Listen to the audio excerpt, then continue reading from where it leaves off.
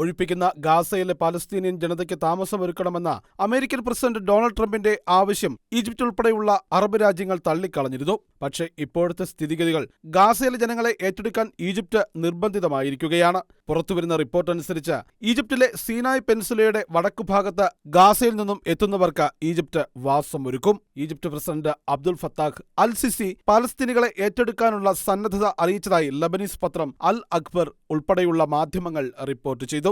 Middle ഈസ്റ്റിലെ സ്ഥിതിഗതികൾ സംബന്ധിച്ച് Saudi അറേബ്യയിലെ റിയാദിൽ നടന്ന ഒരു കോൺഫറൻസിലാണ് ഈ അഭിപ്രായം ഉയർന്നു വന്നത്. ഈജിപ്തിന്റെ നിലപാട് മാറ്റത്തെ തുടർന്ന് ജോർദാനും ഗാസ നിവാസികളെ ഏറ്റെടുക്കാൻ നിർബന്ധിതരായേക്കും. ഫെബ്രുവരി 1 വാഷിംഗ്ടണിലെ വൈറ്റ് ഹൌസിൽ പ്രധാനമന്ത്രി ബെഞ്ചമിൻ നെതന്യാഹുവുമായി നടത്തിയ വാർത്താ സമ്മേളനത്തിൽ US president Donald Trump Gaza മാറ്റിസ്ഥാപിക്കൽ പദ്ധതി പ്രഖ്യാപിച്ചത്. ഡൊണാൾഡ് ട്രംപ് ഗാസയിലെ പലസ്തീൻ പൗരന്മാരെ ഈജിപ്തിലേക്കും ജോർദാനിലേക്കും മാറ്റിപ്പാർപ്പിക്കാനും ഗാസ മുനമ്പ് അമേരിക്ക ഏറ്റെടുക്കാനും നിർദ്ദേശിക്കുന്ന പദ്ധതിയായിരുന്നു അത്.